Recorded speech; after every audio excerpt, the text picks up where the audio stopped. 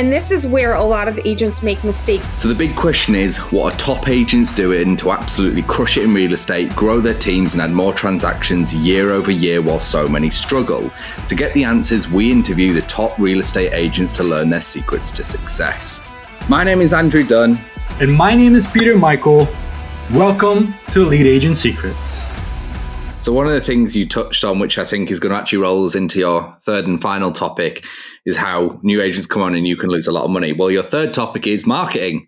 So finding a problem, creating a solution and turning it into a program. So unpack why marketing is your third secret to success. Sure.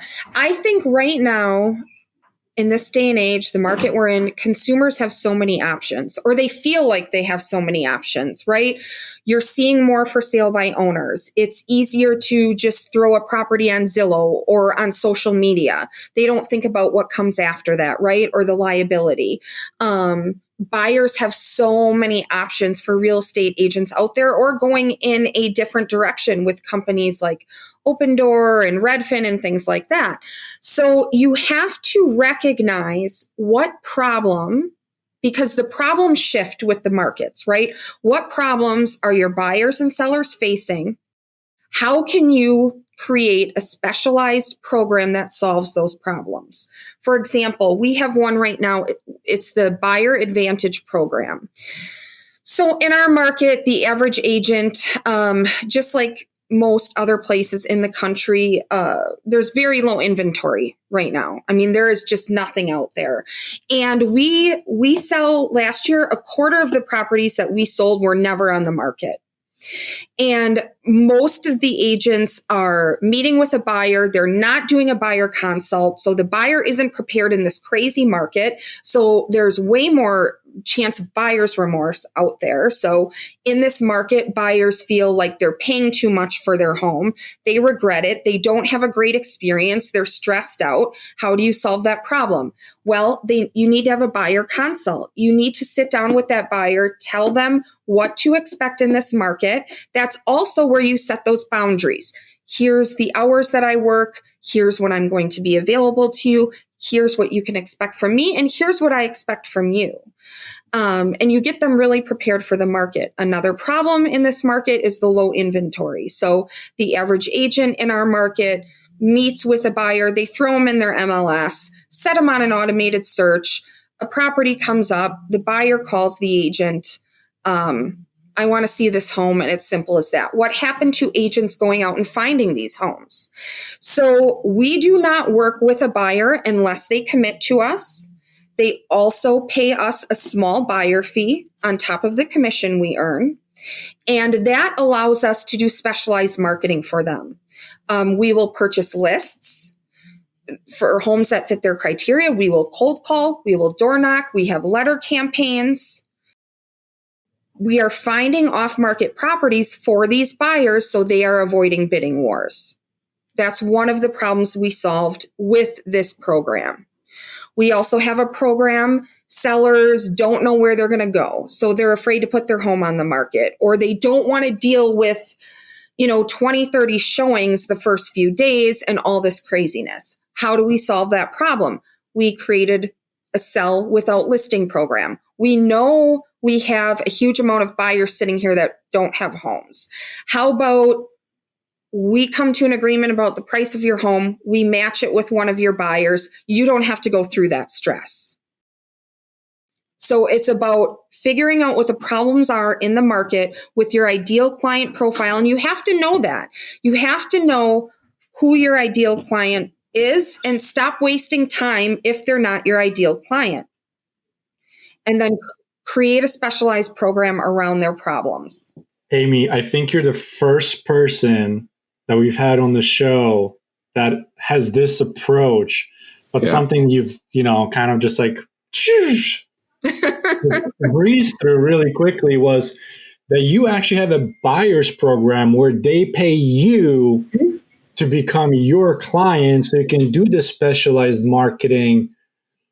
I got to ask, how do you position that? Because right now everyone's like, oh, these buyers, they can just pick whatever agent they want. They don't have to pay anything. And it's like, why are they paying you? And why can't I do the same thing? And nobody wants to pay me.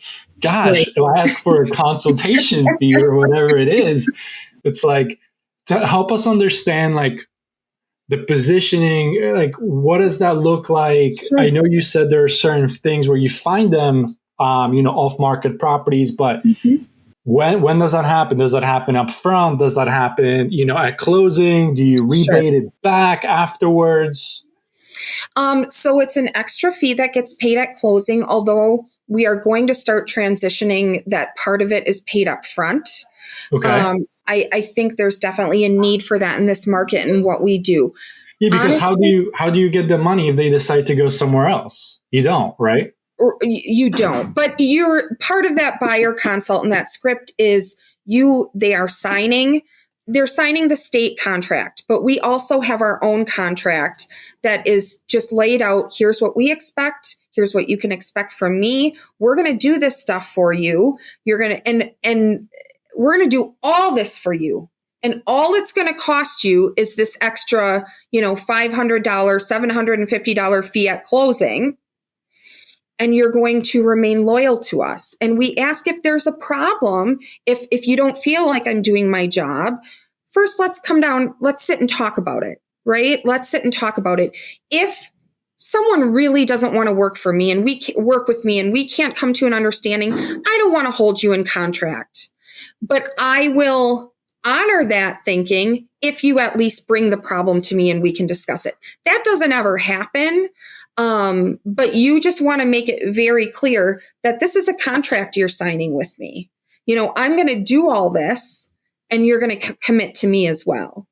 Perfect. So for anybody who's sitting here right now, listening, scratching their head, how the hell do I do this? I never got a BAA side. Help us understand from the first time that you talk to the lead, maybe the timeline and the process of what that looks like to the time they sign on the dotted line that you're actually representing them. Is this happening on Zoom? Is this FaceTime? Do you have like an initial phone call with them and you transition to an in-person meeting? Because I know how we do it, but I'm just curious to see how you're doing it because you're getting that extra fee. And Andrew and I talked about this actually quite a few times about implementing something like this as well. Sure. And I will say, I don't think we've ever been turned down because of the fee. Ever. Never, not once. And usually if we can get them to the buyer consult, our close rate is something like 93%. So the initial contact with that lead, and this is where a lot of agents make mistake because they're thinking too far ahead. It's, I want to sell them a house or I want them to work with me. That initial contact is simply getting them to that buyer consult, which can be done. Micro commitments, right? Yes. And we like to be in front of that person live, face to face. Zoom, we'll do Zoom as well. We can do the phone. We do some of them over the phone. It's not ideal. You want to be really in front of that person. But it's all about the script. So you're getting them to that appointment. The first part of the conversation is explaining why, as a buyer, it is so important that you have an agent representing you, right? So you're putting that in their head. You're explaining that. Then why am I the best fit? Why am I an expert? Why should you work with me? You're getting them through that. By the time you're done with it, if you have a great script, they are excited. They want to work with you and no one else. I can't tell you how many times I hear people say, especially husband and wife couples, we promised each other before this appointment we would not sign anything. And they're signing and they're excited. You don't start talking about what they're looking for. You don't start talking about any of that until they understand the importance of working with an agent. You're putting all those things in their head. There's over 100 variables in the home selling and home buying process. You want to work with somebody that can manage all of those, right? So you're explaining why it's important they work with an agent. You're explaining why you're going to be the agent that they want to work with. And another thing that, in these Facebook groups where I hear other agents talking, a lot of times something comes up where they'll say the listing agent is only offering me, whatever percent in co-broke. And they're complaining because they're asking the listing agent for more money and the listing agent is saying no. What I make on a deal, what I make on a buyer has absolutely nothing to do with what the listing agent is paying me. I know that this is what I charge for my services and I'm going to make it regardless. And my buyers are happy to pay the difference if there is one. This is what I offer. This is what it is. This is what I charge. You explain the process. You're an expert. You do what you say you're going to do for your clients, and they're happy to pay you if there's a difference. We can always work that into the numbers, right, as a credit or whatever. So they're not coming to the table with money out of, cash out of their pocket. But I think agents need to shift that mindset. Not what is the listing agent going to pay me? What are you worth? What are you charging your client? Oh, I know this is a little of a touchy subject, and we go back and forth on this. And this is the second time. No, I'm sorry. This is the third time I'm hearing this, which means I have to pay attention. You're basically saying in your BAA, you're worth, I'm just throwing a number out there, 3%. Yep. And if you're going and you're showing a house and that house is paying 2%, your buyers are covering that 1% difference unless you renegotiate with them or if you're feeling nice on that day. But no matter what, you know that no matter what kind of house you're selling, you're charging 3%. Yes, exactly. And I'm presenting it like, this is what I charge. This is what it costs to work with me. Most of the time, the seller's going to contribute to that. We won't know how much until we find that house. Sometimes it's going to be 100% of it. And sometimes it's not. And here's the ways that we can take care of that. You can write me a check you can write the brokerage a check at closing. We can work it into your numbers, whatever it may be. But they know what it costs to work with me. So for everybody listening right now, you have your initial phone call where you just kind of meet them and see, you got a little of a vibe whether they're a right fit for you or not. On that phone call, you're basically selling them on the buyer's consult, whether it's in person or on Zoom. On that buyer's consult, you're essentially selling them your services and what you have to offer and that BAA signature. And then after that, that's when you actually go and you find out about their house, their needs, whatever that looks like. But you already got the hard stuff out of the way. Yes. Yeah, absolutely. I love that process. So once they commit to working with you, that's when you're finding out what they're looking for and you prepare them. You prepare them really well. I go over the offer.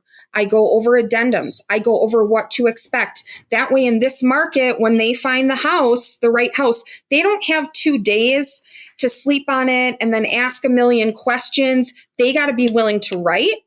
We've already talked about different things we can put in the offers to make them stand out without them having to constantly pay more. They're prepared.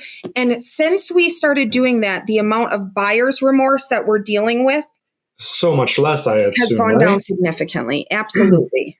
So one thing that's interesting about your process and like what I think our process differs and maybe a lot of the listeners is in that buyer's consult. Yes, we're selling the service and what we're doing, but we're also combining it with what they're looking for. Yes. So like I find myself, it's like, hey, cool. All right, what is that you're looking for? Great. Here's what I can offer. Here's how I'm going to complement that. Oh, and then by the way, let's get this thing signed. You're saying flip that upside down and say, cool, before we talk about what you're looking for, I need you to know my process, my value, what I'm going to do for you. If you're okay with that, only if you're okay with that, then I'm actually going to talk to you about what is it that you're looking for. So then we can be effective, efficient. I can prepare you and everything else. Right, right. And have visuals. One of the best visuals that help me, because buyers don't know what they don't know, right? So most of them, at least in Wisconsin, if I don't have a contract with a buyer, I'm not representing them. There's a number of things that I can't do for them that they don't realize. Yeah. So I show them a chart If we're working together and not under contract, here's what I can do for you. If we're working together and under contract, here's what I can do for you. And don't you think if you're purchasing a home, you would want these things? Sure. Yeah. And they absolutely do. And a lot of them are surprised. They don't know. They have no idea. They think if they call an agent up that shows them a house, that agent has to do what's in their best interest because they showed them that house. Most Sure. buyers don't know that that's not the case. Well, we just don't know what we don't know, right? So Right. it's like, when it's like me, we have this running joke. It's like me walking into a mechanic and telling them how to do an oil change. Mm-hmm. Andrew's laughing because he damn well knows I don't know how to do an oil change, yet alone what the fucking filter is or the little plug or He'd whatever. start putting oil on the ground. This motherfucker would be like, just go away. What do I do? The irony is I build race cars, so And he builds the race cars. this is like my bread and butter and has been for like 2 decades. Like I like building cars and bikes. I So mean, the you idea can of him blindfold filling up- this kid and he will just touch the engine, know exactly what to do and do it the right way. Meanwhile, I'm probably going to pour like the coolant into the oil thing, right? Because I didn't, but when it comes to putting real estate deals, he's like, oh, I don't know what fucking line 18 is and how to balance this thing. Well, I can do it with like my eyes closed just because, we have the different strengths. So I really like what you're doing here. As far as time-wise goes, is there a certain time that you're trying to hit? Like, is your buyer's consult 30 minutes? Are you trying to, like, after that initial phone call, trying to get it to them, like, right away? It's a 24-hour turnaround time? What does that look like? Because I think the context of the speed is also important because you can lose people or lose their interest if you're dragging it out too long, right? Yep. You want to get them in front of them as soon as you can. If that means there's times where I tell my agents, you may have to transition into the buyer consult on the phone with them. Right? There are times that happens. Just like there's times where you really can't get those buyers to sit down and they really just want to see this house and you're willing to show them this one house and transition that showing into the buyer consult, right? But ideally you want to get in front of them as soon as possible. We shoot for that buyer consult to take about 45 minutes is usually what it takes. Although sometimes it goes way longer once the initial part where you are explaining to them why they need an agent, why you're the one, and they're signing, usually takes anywhere from 15 to 30 minutes, depending on how open they are to the process. The second half where you're preparing them, talking about what they're looking for, generally takes a lot longer. They're excited to talk about it. So it can take, I've had buyer consults take 20 minutes. I've had them take 2 hours. It just kind of depends. This amazes me because I'm thinking, and it's probably a limiting belief that I have, and maybe somebody else listening has the same thing. It's like I almost feel like I need to talk about them and what they're looking for first before. So this is the first time I'm struggling with this. I'm not going to lie, and it's okay. Where I have to be like almost egoistically centered, self-centered, because if they're not willing to agree to my process, that's going to create issues down the line. And I've actually had this happen. And this is why I'm kind of like running the play. And Andrew knows who I'm talking about. We've recently had a client who is a driver, just a little bit difficult, very strong personality, amazing person overall. But I didn't tell them my process because we dove into them first, which bit me in the end and ended up me firing them because I just couldn't deal with their crap because I never set the baseline.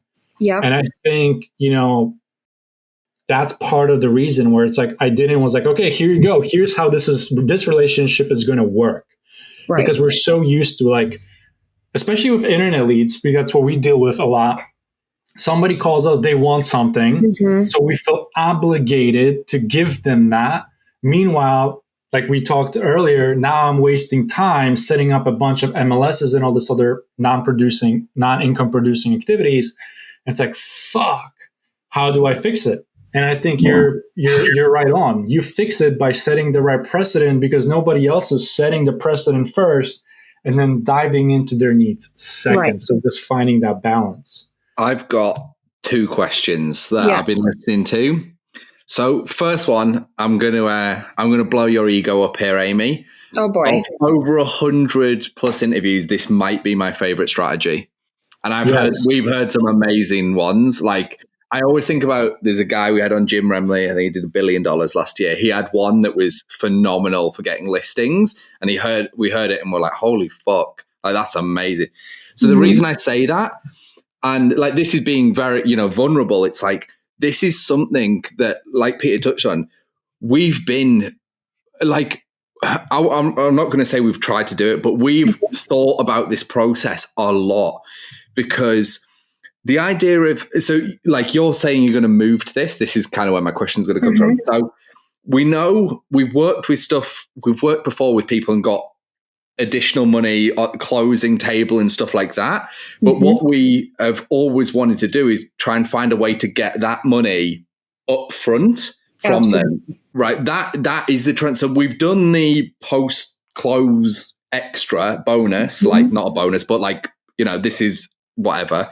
What we've tried to do, I'd say, maybe the last 6 months, about a year ago, we first had this idea, and we're like, but how do we pitch them that like they need to give us 500? Because we were thinking about the same, funnily enough. We were thinking it would be about $500 that they pay us, and like a little bit of that. So does some of that go in your pocket as well, and then some goes towards the marketing, or does it all go towards marketing? That was one of my questions. Some of it goes in my pocket and some of it goes towards the marketing. Perfect. Absolutely. Yeah, because that's what we were thinking too. And my second question was, your leads, are they mainly like referrals, or are you doing online lead generation? Like, where are you getting the bulk of your business from, or where are you getting your business from? It's multiple different sources. We get a lot of social media leads. I get a lot of Facebook leads. I do a ton of Facebook advertising. We do too. That's what we. Yeah, that's our primary source. That's why we're asking these questions, because we find, as you know, a lot of the inbound stuff is like, cool, show me how many beds, how many baths, blah, blah, blah. Here's what we want. Yeah, the reason I asked is for our listeners as well, because then if you had turned around and go, no, it's all referrals from my best friends, and it's like, okay, not to detach from the strategy, but it changes the context quite a lot, where you're saying, actually, no, these are people I've never met. Like, they're online leads, a lot of them, like, and they're still buying into this. And obviously you're doing over 200 ends last year as a team. Like, that's you're not fucking about. And so it's interesting. So have you tried, I guess my final question is for you, is have you actually tried yet getting it up front? Have you gone through the process yet or not?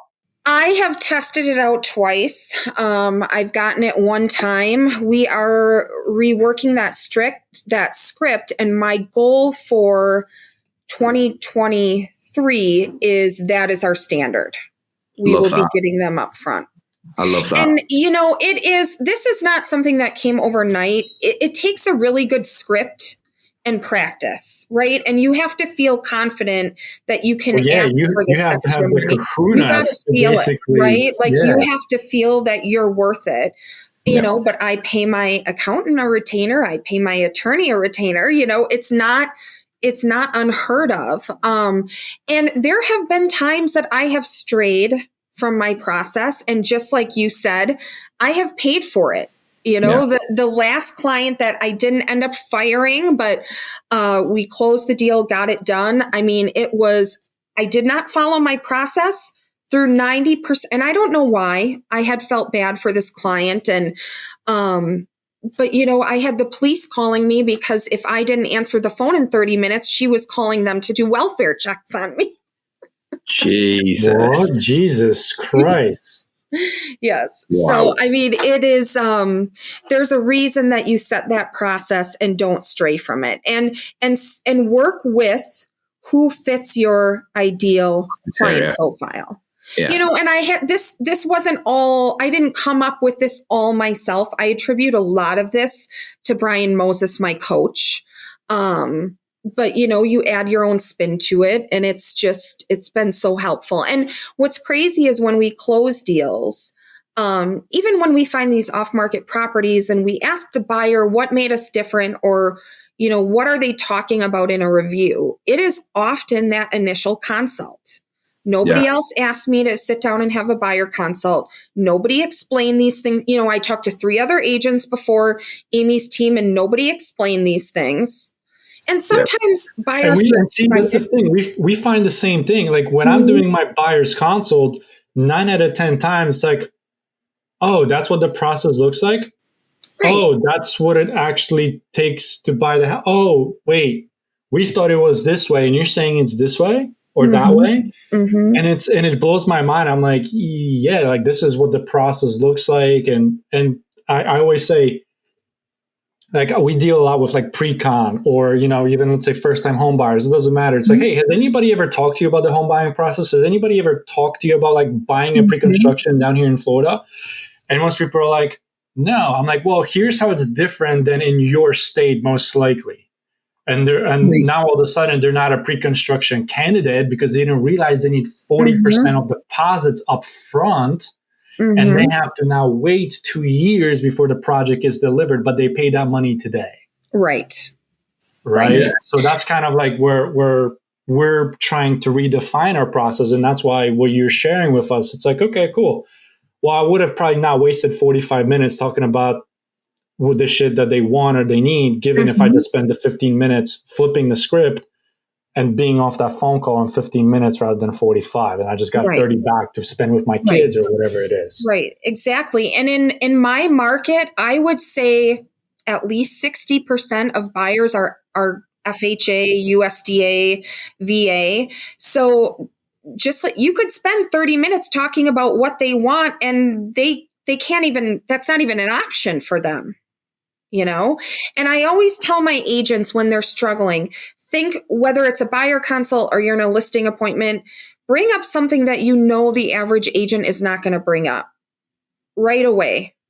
No. Oh, I never thought about that. Then they start listening, taking you a little more seriously. They want to hear what you have to say because what are some of those things that an average age doesn't bring up? Well, it surprises me, but on listing appointments, there will be things that I point out, whether it's peeling paint or, little things. And I'll say, and I know they met with other agents. We start talking about it. Oh, that agent never brought it up before. Buyers, a big one is, and I cannot even believe how many times this happens. This is why having a go-to lender is important. But you would have no idea how many buyers come to us and they have no idea. They've been pre-approved. They've never heard the term closing costs. They have no idea that they need to either have this extra money in their pocket or we have to get it in form of a credit. They have no idea what they actually need to purchase a house. And one of the first things, we talk about is when they say they met with their lender, okay, one of the things I'm going to discuss with you is how you're going to pay closing costs. What are closing costs? What are the origination fees? Right. Nothing. They have no idea. So that's one of the big things that I always bring up because I find lenders are not having a full consult. They're pre-approving them, but then not explaining how it works on their side.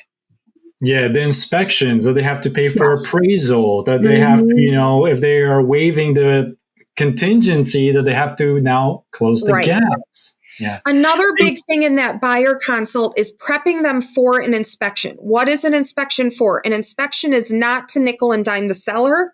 It keeps a lot more deals from falling apart when they are properly prepared for that inspection. This is essentially your honey-do list. We are only looking to address major defects. The catastrophic stuff, yes.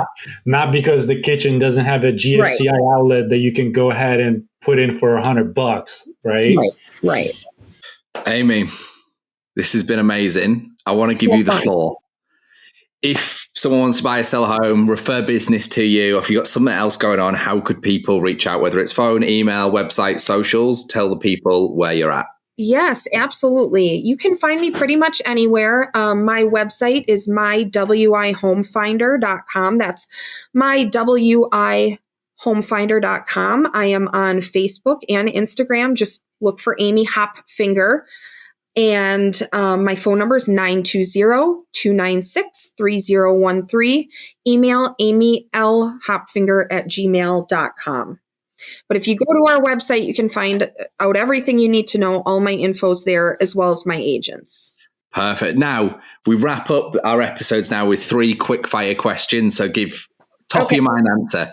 First one, favorite book or person to learn from at the moment? Anything Tony Robbins.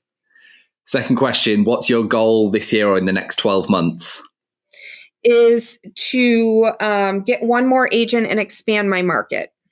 And the third question is, what do you think is the one thing or the things that are going to stop you hitting that goal? What are the obstacles you think are going to stop you hitting that goal? Focus and the hotel that I own.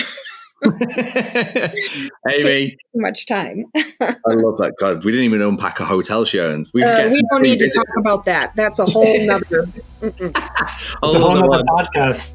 Amy, It's been amazing. Thank you for coming on the show and sharing your secrets. Everyone, we hope you enjoyed listening to this one, and we will see you in the next one. Oh, and by the way, would you consider yourself a maverick? Are you an agent, team leader, broker owner who is constantly striving to push boundaries and smash goals? Well, we've already helped over 100 agents go over $100,000 per year in GCI. So if you're interested in learning more about our courses and coaching to help you scale your business, then head over to go.eliteagentsecrets.com.